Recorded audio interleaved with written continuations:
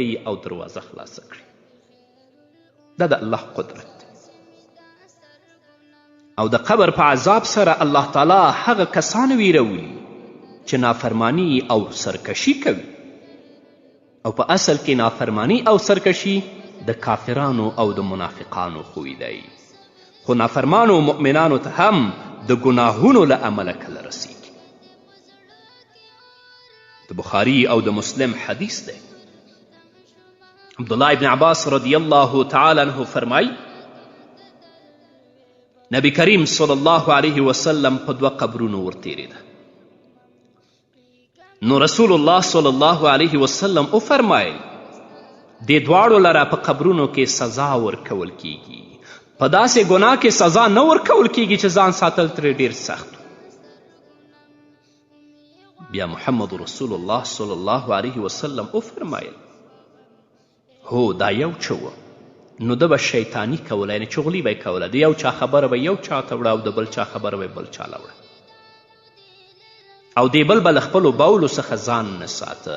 بیا محمد رسول الله صلی الله علیه وسلم د خرما یوه لمده څانګه راواخیسته، دوه ټوټې یې کړه او په هر قبر یوه ناله کړه او ویل کیدای شي چې الله تعالی د دې څانګو تر وچوالي د دوی عذاب سپک کړي.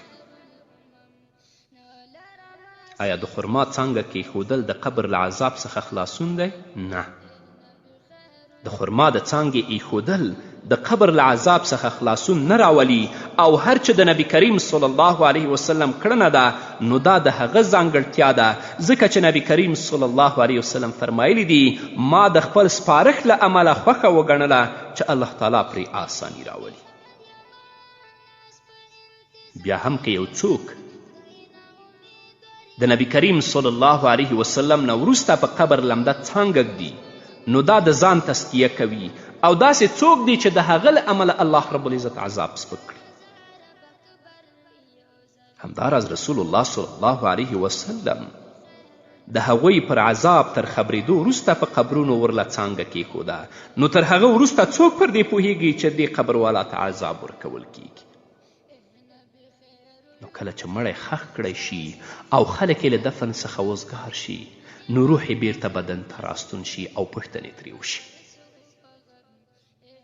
د ابو داود حدیث دی. عثمان بن عفان رضی الله تعالی عنه فرمایی کله به چې نبی کریم صلی الله علیه وسلم د مړي له ښخولو وزګار شه نو د هغه خواته به ودرید او ویل به یې د خپل ورور لپاره بخښنه وغواړئ او د کلکوالي او ثبات سوال ورته وکړئ ځکه چې له هغه څخه همدا اوس پوښتنې کیږي.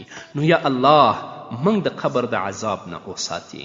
یا الله د منکر او د نکیر د سوالونو د ځواب قدرت راکړې، د هغو په سوالونو کې هم کامیابه کړې.